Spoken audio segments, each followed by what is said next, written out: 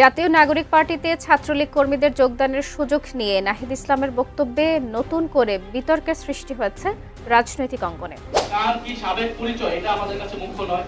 Even কি ছাত্রলীগ হোক, কার সাবেক পরিচয় এটা আমাদের কাছে মুখ্য নয়। আজকে থেকে যখন কেউ এনসিপিতে আসবে, সে এনসিপির সংগঠক, এনসিপি নেতাকর্মী হিসেবে কাজ করবে। চট্টগ্রামের মধ্যে আরো অনেক নেতাদের সাথে আওয়ামী লীগের যোগাযোগ করেছে এবং তাদেরকে বলেছে আপনাদেরকে আর্থিক অনুদানও দেওয়া হবে। ছাত্র জনতার অভ্যুত্থান পরবর্তী বাংলাদেশের রাজনীতিতে এখন নতুন সমীকরণ। সম্প্রতি এনসিপি নেতা ও উপদেষ্টা নাহিদ ইসলামের একটি মন্তব্য নিয়ে সামাজিক যোগাযোগ মাধ্যমে চলছে তুমুল আলোচনা। তিনি কি সত্যিই ছাত্রলীগকে পাশে চাইলেন? অনেকে প্রশ্ন তুলছেন, তবে কি সরকার বা ছাত্ররা আওয়ামী লীগের ফিরে আসাকে ভয় পাচ্ছে, নাকি এটি রাজনৈতিক কোনো কৌশলী চাল? আজকের ভিডিওতে আমরা এই পুরো বিষয়টি বিশ্লেষণ করার চেষ্টা করব। ছাত্রলীগ হোক, কার সাবেক পরিচয় এটা আমাদের কাছে মুখ্য নয়। আজকে থেকে যখন কেউ এনসিপিতে আসবে, সে এনসিপির সংগঠক, এনসিপির নেতাকর্মী হিসেবে কাজ করবে। শুরুতেই আমাদের বুঝতে হবে নাহিদ ইসলাম ঠিক কী প্রেক্ষাপটে কথাটি বলেছেন। একটি দীর্ঘ আন্দোলনের পর যখন রাষ্ট্র সংস্কারের কাজ চলছে, তখন আইন শৃঙ্খলা পরিস্থিতি এবং জাতীয় ঐক্য বজায় রাখা একটি বড় চ্যালেঞ্জ। নাহিদ ইসলাম বিভিন্ন সময়ে জাতীয় ঐক্যের কথা বলেছেন, তবে ছাত্রলীগকে পাশে চাওয়ার বিষয়টি যদি আমরা গভীরভাবে দেখি, তবে সেটি হয়তো শুধু রাজনৈতিক দল হিসেবে নয়, বরং একটি বৃহত্তর অন্তর্ভুক্তিমূলক সমাজ গড়ার ইঙ্গিত হতে পারে। তবে এখানে প্রশ্ন থেকে যায়, যাদের বিরুদ্ধে এত বড় আন্দোলন হলো, তাদের সাথে নিয়ে পথ চলা কি সম্ভব? অনেকেই মনে করছেন আওয়ামী লীগ বা তাদের ছাত্র সংগঠনকে পাশে চাওয়ার অর্থ হলো তাদের শক্তির কাছে মাথা নত করা। কিন্তু বিষয়টি কি সত্যিই তাই? একটি রাষ্ট্রকে স্থিতিশীল করতে হলে সকল পক্ষকে কোনো না কোনোভাবে ডিল করতে হয়। হয়তো নাহিদ ইসলাম চাইছেন না এই মুহূর্তে নতুন করে কোনো সংঘাত হোক। বাংলাদেশের জনগণ যদি চায় তাহলে নৌকা আবার আইব না, মানে অবশ্যই আইব। ৭২-এর সংবিধান মোতাবেক তো শেখ হাসিনা এখনো প্রধানমন্ত্রী। শেখ হাসিনা যে পদত্যাগ করে না, এই কথা বলছে না, আপনারা শুনেন নাই? শেখ হাসিনা বলছে কিনা যে আমি পদত্যাগ করি নাই?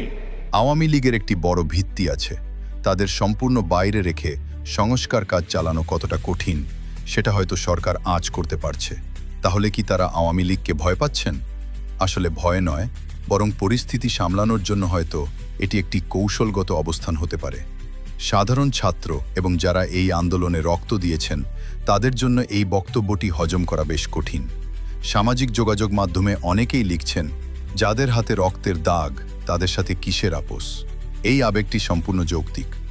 এই টোকাই এনসিপির নেতাগুলা এখন বিভিন্ন রাজনৈতিক দলের জটমাল যারা আছে তাদেরকে কালেক্ট করতে শুরু করে দিয়েছে। কেন এই কথা বলছি? আজকে সে বিষয় নিয়ে একটি গুরুত্বপূর্ণ আলোচনা করব। আশা করছি আপনারা শেষ পর্যন্ত ভিডিওটি দেখবেন, সকল বিষয় ক্লিয়ার হয়ে যাবে। প্রথমত, কিছুদিন আগে আমরা দেখতে পেয়েছি এই মলম হাসনাত চট্টগ্রামের সাবেক মেয়র মঞ্জুরুল আলমের বাসায় গিয়েছে এবং মঞ্জুরুল আলমের বাসা থেকে বাইরে হওয়ার সময় জনরোষেরও শিকার হয়েছে। অনেকেই বলছে সূত্র মতে যে মঞ্জুরুল আলম বাসায় গিয়েছে মঞ্জুরুল আলমকে এনসিপিতে যোগদান করার জন্য অফার দিতে, এবং আগামীতে চট্টগ্রামের মধ্যে যে মেয়র ইলেকশন হবে সেখানে এনসিপির পক্ষ থেকে মঞ্জুরুল আলম যাতে মেয়র ইলেকশন করে। শুধু তাই নয়, চট্টগ্রামের মধ্যে আরো অনেক নেতাদের সাথে আওয়ামী লীগের এই মলম হাসনাত যোগাযোগ করেছে এবং তাদেরকে বলেছে আপনাদেরকে আর্থিক অনুদানও দেওয়া হবে, আপনারা এনসিপি থেকে আগামীতে কাউন্সিলর ইলেকশন করবেন। তাদেরকে আরো অনেক ধরনের সুযোগ সুবিধা দেওয়া হবে এবং তাদেরকে বিভিন্ন ধরনের লোভ লালসা দেখানো হয়েছে। আমার কথা হচ্ছে, ভাই, এই মঞ্জুর আলম হচ্ছে সুবিধাবাদী লোক। তিনি কয়দিন আওয়ামী লীগ, কয়দিন বিএনপি এবং অন্যান্য যে সকল নেতাদের সাথে মলম হাসনাত যোগাযোগ স্থাপন করেছে তারাও কিন্তু জটমাল, তারা সুবিধাবাদী। সো তারা এখন সুবিধার জন্য তোমাদের এনসিপিতে যোগদান করবে, আবার যখন সুবিধা মনে হবে আওয়ামী লীগের অবস্থা ভালো, আবার আওয়ামী লীগে চলে আসবে, না হলে আবার বিএনপিতে যোগদান করবে। এভাবে করে তোমরা কালেকশন করে কখনো রাজনীতিতে আগাতে পারবা না। তোমাদের সাথে জনগণ নেই, তোমরা একটা প্রোগ্রাম করতে পারো না, তোমরা একটা মিছিল করতে পারো না। সারা বাংলাদেশ থেকে জটমালগুলোকে কালেক্ট করে গিয়ে তোমরা সারা বাংলাদেশে সারা ফেলতে পারবা? তোমাদের যে ইমেজ নষ্ট হয়ে গিয়েছে তোমরা সেটা জানো। সো জনগণ তোমাদের পাশে নেই এবং অন্যান্য রাজনৈতিক দলের জটমালগুলো তোমাদের পাশে থাকবে না। হয়তোবা তাদের স্বার্থের কারণে তারা যদি 100% জানে যে তারা জনপ্রতিনিধি হবে, তখন হয়তোবা তোমাদের প্রতীকে নির্বাচন করতে পারে, এছাড়া আর কিছুই না। এইদিকে নাহিদ ইসলাম আজকে দেখলাম বিভিন্ন নিউজ মিডিয়ায় চাউর হয়েছে যে ছাত্রলীগের যে সকল কর্মীরা অপরাধে অভিযুক্ত না তারা কিন্তু এনসিপিতে যোগদান করতে পারবে। আমার কথা হচ্ছে ছাত্রলীগের কর্মীদের এত ঠেকা পড়ছে কেন তারা এনসিপিতে যোগদান করতে? তোমরা কি টাকার লোভ দিয়ে ছাত্রলীগের কর্মীদেরকে এনসিপিতে যোগদান করাবা? তোমাদের এত লোকবলে সংকট হয়েছে, তোমরা ভাই জামাত শিবিরের বি টিম, এনসিপিতে যোগদান করা মানে শিবিরে যোগদান করা। কথা বুঝেন নাই? যেখানে টেবিলে 360 অ্যাঙ্গেলে ঘুরে গিয়ে মতাদর্শ পরিবর্তন করা। আওয়ামী লীগের যে সকল নেতা কর্মীরা আছে তারা মারা গেলেও তো জীবনে শিবিরে যোগদান করবে না। সো এনসিপি আর শিবির মুদ্রার এপিটপি। টাকার লোভ দেখিও তোমরা যারা বিন্দু মাত্র আওয়ামী লীগকে ভালোবাসে তারা কখনো এনসিপিতে যোগদান করবে না। এই মঞ্জুর আলমের মতো যে সকল লোক আছে তাদেরকে আওয়ামী লীগ ট্যাগ লাগায় অনেকে, তারা কিন্তু সত্যিকারের আওয়ামী লীগ না, তারা সুবিধাভোগী। মঞ্জুর আলম কোন রাজনৈতিক দলের মতাদর্শ ধারণ করে না, তার মতাদর্শ হচ্ছে সে ক্ষমতায় আসতে পারলেই হইল, এটাই তার মতাদর্শ। সো এখন এনসিপি লোভ দেখিয়েছে, সে এখন এনসিপি প্রতীকে আবারও মেয়র হওয়ার জন্য লড়বে। বিএনপির প্রতীকেও লড়েছে, আওয়ামী লীগের প্রতীকেও লড়েছে, এখন এনসিপির প্রতীকেও লড়বে। সমস্যা কোথায়? এটাই হচ্ছে মঞ্জুর আলমের মতো নেতাদের চরিত্র। সো মঞ্জুর আলমের মতো নেতাদের চরিত্রের সাথে আওয়ামী লীগের যারা সমর্থক আছে সত্যিকারের, তাদের সাথে মিলিয়ে কোনো লাভ নাই। ছাত্রলীগের কেউ তোমাদের ডাকে সাড়া দিবে না এবং সত্যিকারের আওয়ামী লীগের কেউ তোমাদের ডাকে সাড়া দিবে না। তোমরা তলাবিহীন জুড়ি থাকবা। তোমরা জাস্ট 5 আগস্টের পরে এটাই তোমাদের লাভ হয়েছে যে হাজার হাজার কোটি টাকার মালিক হতে পেরেছো। তোমরা কখনোই বাংলাদেশে বড় রাজনৈতিক দল হতে পারবে না এবং কখনোই তোমরা 30-40-50 হাজার মানুষ দিয়ে ঢাকার মধ্যে শোডাউন করতে পারবে না, সমাবেশ করতে পারবে না।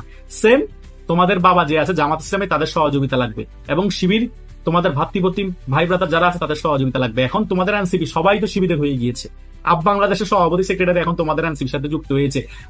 রিফাত রশিদ বলো, তারপরে হাসিবুর রহমান বলো, যারা তোমার ছাত্র সংগঠনে ছিল এনসিপি, তারাও এখন সবাই এনসিপিতে যুক্ত হয়ে গিয়েছে। সো সবাই শিবিরের কর্মী, শুধু A team, B team, C team, D team করে রাখা হয়েছে। এখন সকলকে একত্রিত করে ফেলা হয়েছে। এখন সি টিম আর ডি টিম রাখা হবে না, জাস্ট বি টিমই রাখা হবে। এ টিম থাকবে জামাত ইসলাম, বি টিম থাকবে এনসিপি।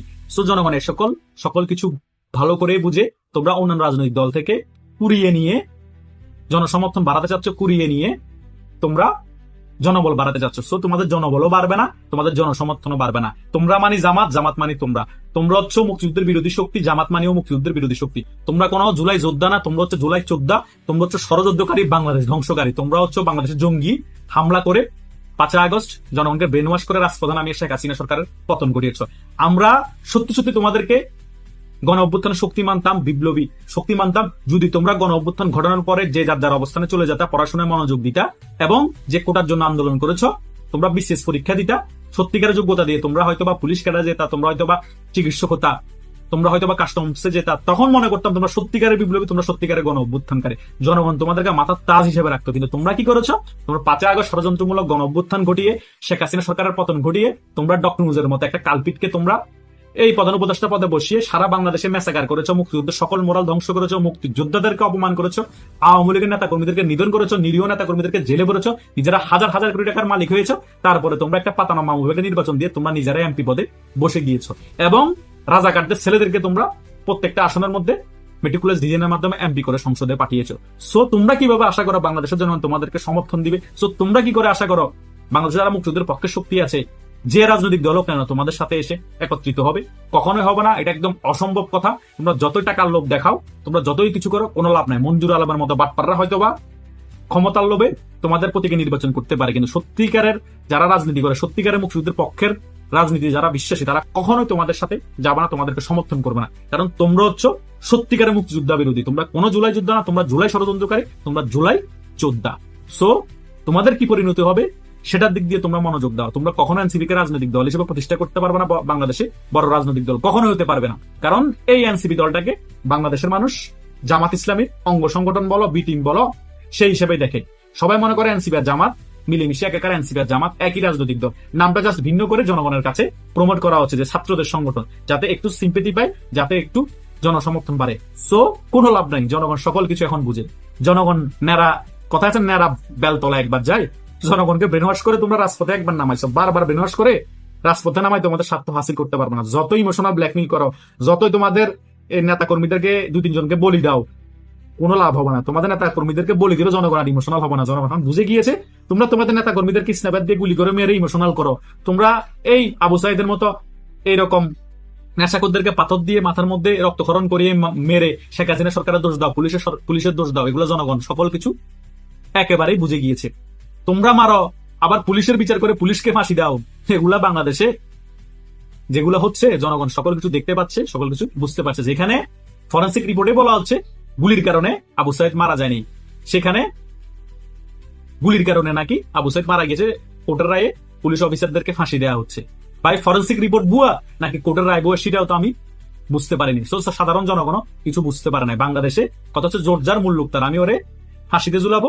সো যেটাই হবে হোক, রায় ফাঁসি দেওয়াই হবে, এটাই হচ্ছে বাস্তবতা।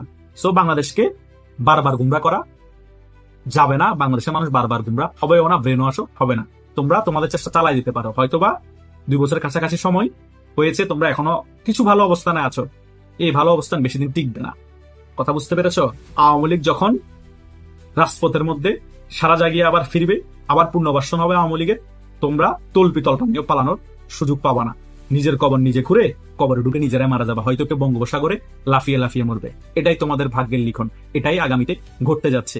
আমি আজকের দিনটা আপনাদেরকে নোট করে রাখতে বলেছি, যে আমি এই কথা বলেছি, আপনারা মিলিয়ে নিয়েন। 2 বছর পরে হোক বা 4 বছর পরে হোক বা 5 বছর পরে হোক, আমার ইউটিউবে ভিডিওটা থেকে যাবে। আশা করছি আপনার সকল বিষয় ক্লিয়ারলি বুঝতে পেরেছেন। তবুও কোনো মতামত থাকলে কমেন্ট করে আমাকে জানাতে